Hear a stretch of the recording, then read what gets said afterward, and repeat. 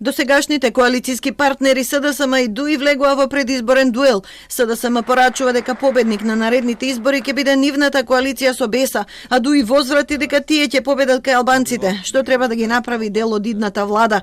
Од ДУИ потсетуваа дека оваа партија имала клучна улога во реализацијата на визијата за влез во НАТО и почнување преговори со ЕУ. Нивното условување на македонските партии овозможило менување на името на државата и на уставот, двојазична држава, ветинг, председател на собрание албанец. Ова прогресивно условување ги натерало македонските партии да барат и најдат маргинална албанска партија која желна за власт прифаќа безусловна коалиција.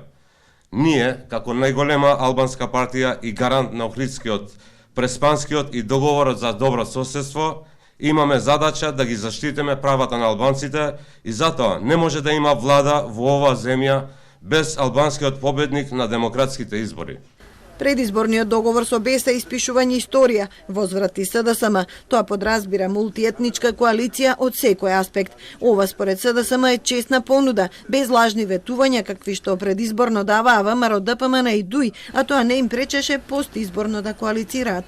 Јас би порачал на нашиот сегашен коалиционен партнер да не го лаже паметот. Коалицијата СДСМ, БЕСА и другите партии ќе биде победник на овие избори, не ДУИ. И тоа во 6-та изборна единица, каде што најмногу се мерат влијанието на втората етничка заедница, албанската, по големина во државата, тука е кој е победникот. Јас тврдам дека ние ќе бидеме победници во 6-та изборна единица заедно.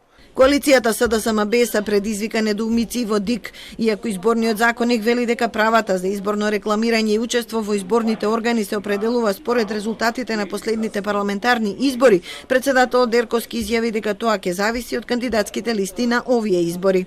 Ќе треба почекаме да поднесат листи, не знаеме како ќе се однесуваат партиите се уште.